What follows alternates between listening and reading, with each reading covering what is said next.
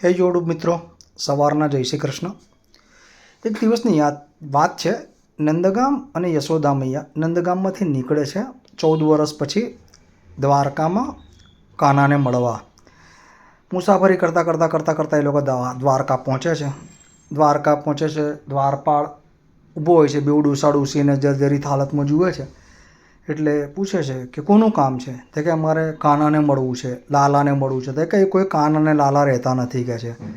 તે કે ના અહીંયા જ રહે છે, અમારો કાનો અમારો લાલો અહીંયા જ રહે છે. બહુ સમજાવે છે, લોકો નથી સમજતા કે એ કોઈ કાનો લાલો રહેતો નથી.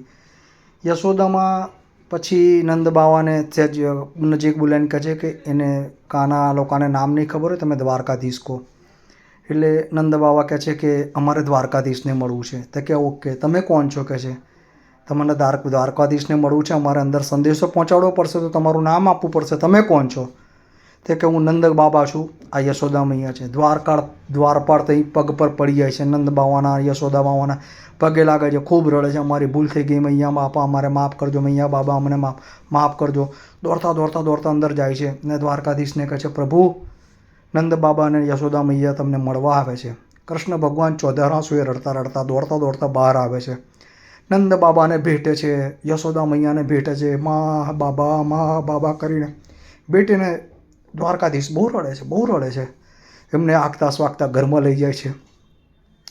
એમને અફસોસ થાય છે, રડવું થાય છે, બહુ રડવું આવે છે કે સાલો આટલા વર્ષોમાં હું મારા મા બાબાને ના મળી શક્યો. એમને બહુ દુઃખ થાય છે, ગ્લાની ફીલ થતી હોય છે અંદરની અંદર. શરમથી પાણી થતા હોય છે. પ્રભુ એમને બેસાડે છે એમની સીટ પર, એમના પગ ધુએ છે, માતાના પગ ધુએ છે, ચરણામૃત પીવે છે. બસ એમના મનમાં એક જ વસ્તુ હોય છે કે મારા નંદ બાવાને અને મારી માને હવે અહીંયા જ રાખીશ, કશે નહીં જવા દઉં. એમને આગતા સ્વાગતા કરે છે, ખવડાવે છે, નવા વસ્ત્ર પહેરાવે છે. પછી સાંજ પડે છે. નંદ બાવાને યશોદા મૈયા કહે છે, હે લાલા, હે કાના, અમે અમારા પાછા ગામ જઈએ છીએ. કૃષ્ણ ભગવાન કે ના માવડી, ના બાબા, તમે અહીંયા જ રોકાવ.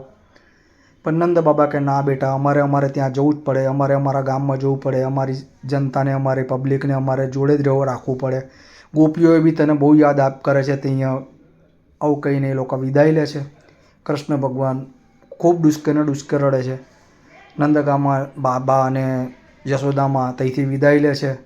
મારો કહેવાનો તાત્પર્ય એક જ છે, પ્યાર, ભક્તિ અને સચ્ચાઈમાં બહુ જ એ છે, પવિત્રતા છે. એટલે ભગવાનને દિલથી માનો. આટલું કહીને હું મારા વિડીયોને પૂર્ણ વિરામ કરું છું. જય શ્રી કૃષ્ણ. મારા વિડીયોને લાઇક, શેર, સબસ્ક્રાઈબ કરજો.